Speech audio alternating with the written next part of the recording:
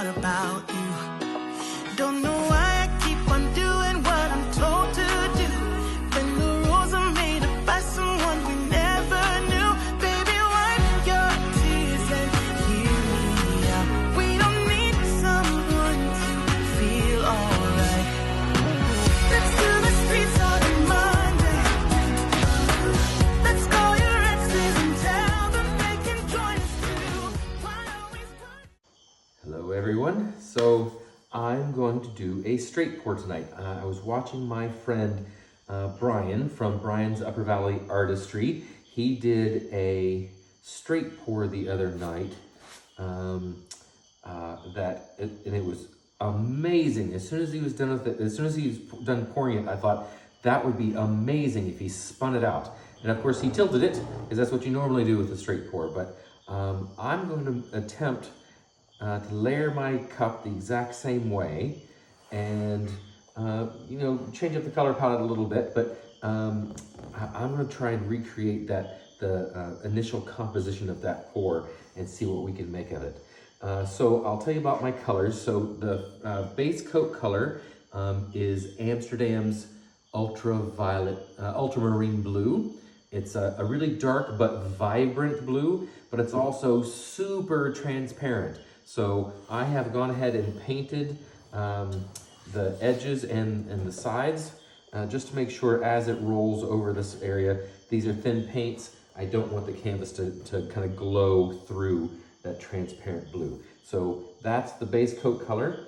I have some leftover colors that I'm using here. So this is a mix of Amsterdam's Permanent Red Violet Light and a little bit of Liquitex Basics Violet Deep. I'm sorry, Deep Violet. Just to give it a little more depth in that tone. This is Amsterdam's Sky Blue Light. This is Amsterdam Titanium White with a little drizzle of Deco Art Satin Enamel and White also. And this is Amsterdam's Azo Orange. So I'm a little tiny bit concerned about these two colors together, but I want that shock value of that orange in there. So I'm going to try and layer the cup so that I don't get much mud.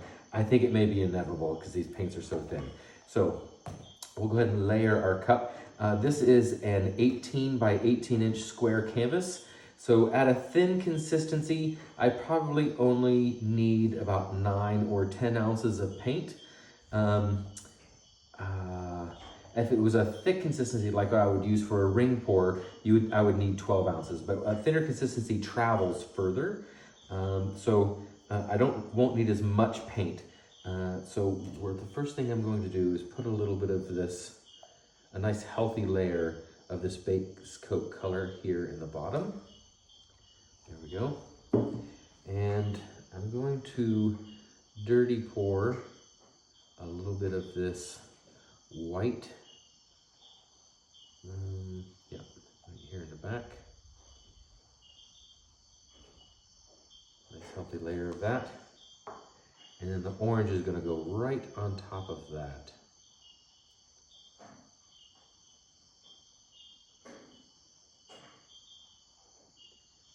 There we go.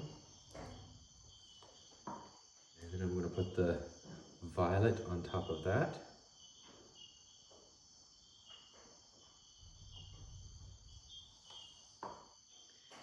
And then our sky blue light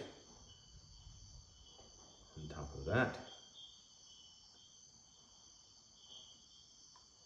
A little more.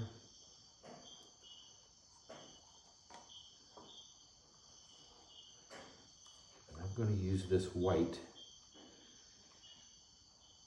I'm going to try and drizzle it all the way across and act as a barrier layer, because I'm going to do the exact same thing, or an isolation layer. We'll do the exact same thing with the ultramarine also. So this should keep, hopefully, I'm trying to make sure all of that orange gets covered up so that the ultramarine and the Azo orange are touching the least amount possible. So we're going to go ahead and cover this up too. Again, I'm not trying to sink past the initial layer. I'm trying to cover it up so these other colors have something to rise up through and create an interesting effect.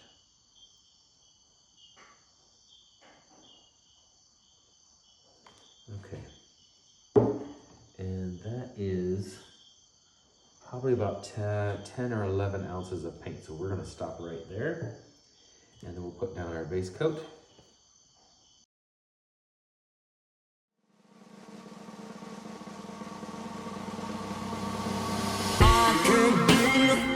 So close, and I'm gonna take you traveling the world. But I can love you, yeah, I'm gonna love you. I'll give you all of what I've got. The fancy finds, baby, I have not. Just gonna love you, yeah, I'm gonna love you. I'm gonna love you, baby. Cross my heart and hope to die.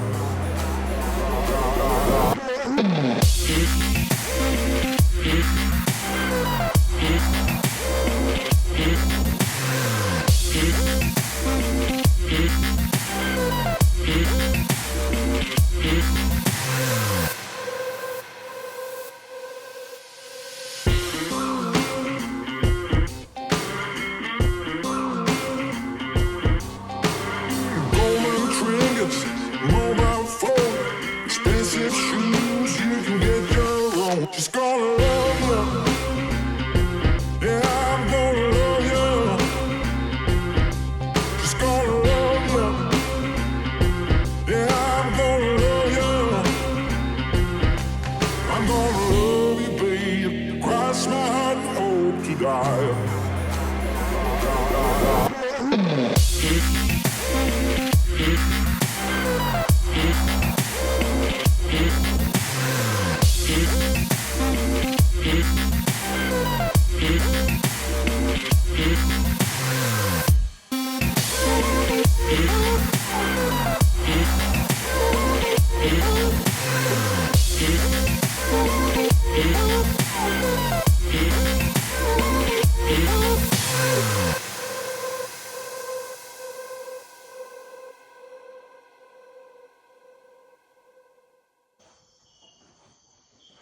My smack stick I got from the Fluid Art Boutique conference from Sarah Mack. Thank you very much, Sarah. I'm already using it. Okay, I can already tell that did not do what I wanted it to do, but it's still gonna be really cool. I like it. I'll have to watch Brian's video again and see what he did differently. Maybe he layered his cup a little differently than I did. But I love this. This is really cool. And I can tell that there's some lines going through it, so it's going to not just be one big block of color. All of these lines are gonna be great when I open them up. And there is a little bit of color down in here.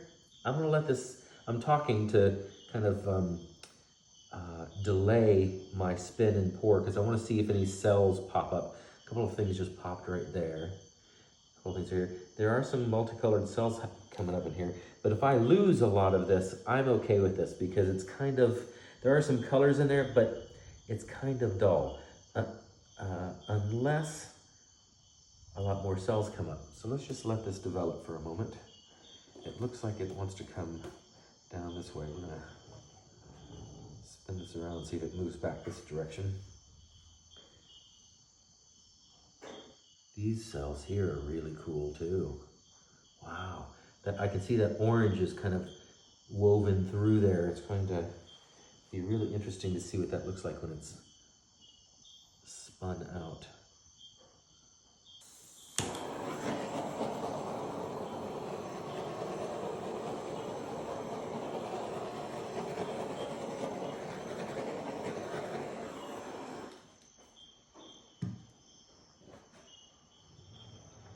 Okay, let's give this an initial spin and see what happens.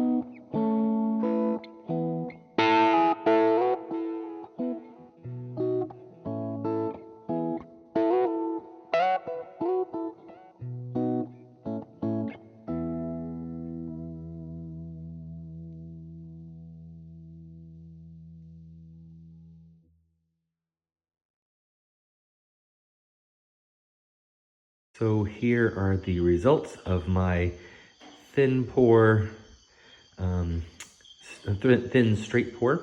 I didn't get the results I was expecting when I first poured because I was hoping for a phoenix, and I think that with the tilting and the spinning, I managed to finally kind of get that shape. So I'll take you in for some details here. I got some really cool effects here on the outside edge. With that white, it has that satin enamel in it, so it gives you these really beautiful puffy boulder cells, which are really nice. But there's some beautiful little wavy lines through here also. That sky blue light really came up as cells in a lot of areas. These lines here are really cool. This corner. Can't wait to see how, I think when this dries, this whole corner is going to be very, very dark. But then it's going to fade into these other colors. I think it'll be beautiful. Add even more contrast. Coming up along here. Okay, so here we have the mud that I knew I was going to get with that orange and the blue. But I don't think it detracts too much. It looks more like a low light, or it adds a little bit of depth or something to the piece. I don't mind it. I knew there would be some. These lines are really pretty. Look at that. Very, very nice. Lots of that orange underneath the blue there, creating a neat look. Those lines, look how those tilted out and spun out. Really nice. I love those. The waviness of all of those lines are really pretty. And here in the center, I love how that orange traveled up like that. I think that's really cool. It creates a motion. It draws the eye up and into the swirl of blue here in the upper left-hand corner. Again, that central part is going to be very, very dark. And then all of that white and sky blue light out there is going to create that 3D kind of effect in that spot. I think it'll be really nice. I think the mud is most pronounced on this side over here. I don't like it as much on this side, but I couldn't get it all off. I would have lost that kind of rising phoenix shape. But overall, I'm really very happy with this. I think next time I will try it without the sky blue light. Maybe I'll go with a deep purple, like a dioxazine purple or something like that. We'll see. But overall, I'm very happy with this. I hope you enjoyed it too. Please give me a thumbs up if you liked it, and subscribe if you'd like to see more. And come back and see me sometime.